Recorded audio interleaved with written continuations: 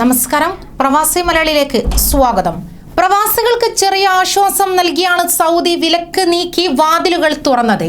എന്നാൽ തൊഴിൽ അനിശ്ചിതത്വവും കോവിഡ് രോഗഭീതിയും പിടിമുറുക്കിയ പ്രവാസികൾക്ക് ഇരട്ടി ആഘാതമായി സൗദിയിലേക്കുള്ള വിമാന ടിക്കറ്റ് നിരക്ക്. കൊല്ലുന്ന യാത്രാക്കൂലി താങ്ങാനാവുന്നില്ലെന്നാണ് പ്രവാസികളുടെ പരാതി. സൗദി അറേബ്യ ഇൻസ്റ്റിറ്റ്യൂഷണൽ ക്വാറന്റൈൻ നിർബന്ധമാക്കിയ സാഹചര്യത്തിലാണ് താങ്ങാവുന്നതിനും അപ്പുറമുള്ള കൂലി ഈടാക്കുന്നത്. നിലവിൽ ഒരു പ്രവാസിക്ക് ബഹ്റൈൻ വഴി തൊഴിൽ ചെയ്യുന്ന സൗദിയിലേക്ക് മടങ്ങണമെങ്കിൽ ഏകദേശം 1,20,000 രൂപയോളമാകും. ഇതിനു പുറമെ സൗദി അറേബ്യയിൽ നിലവിൽ സൗദി എയർലൈൻസ് പ്രഖ്യാപിച്ച ക്വാറന്റൈൻ പാക്കേജിനും പ്രത്യേകം പണം അടയ്ക്കേണ്ടി വരും.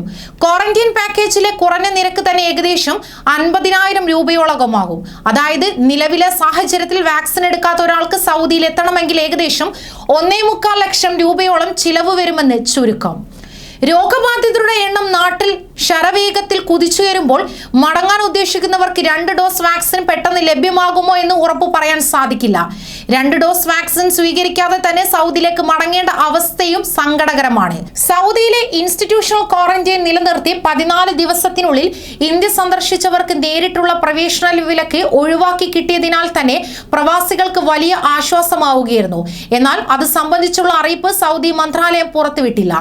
ഏതായാലും സൗദി പ്രവാസികൾ നിലവിൽ നേരിടുന്ന ഈ പ്രതിസന്ധിക്ക് അയവ് വരുത്താൻ ആവശ്യമായ ഇടപെടലുകൾ കേന്ദ്ര സംസ്ഥാന സർക്കാരുകൾ നടത്തിയാൽ മാത്രമേ സാധാരണക്കാർക്ക് പ്രയാസം കൂടാതെ സൗദിയിലേക്ക് മടങ്ങി വരാൻ സാധിക്കുകയുള്ളൂ.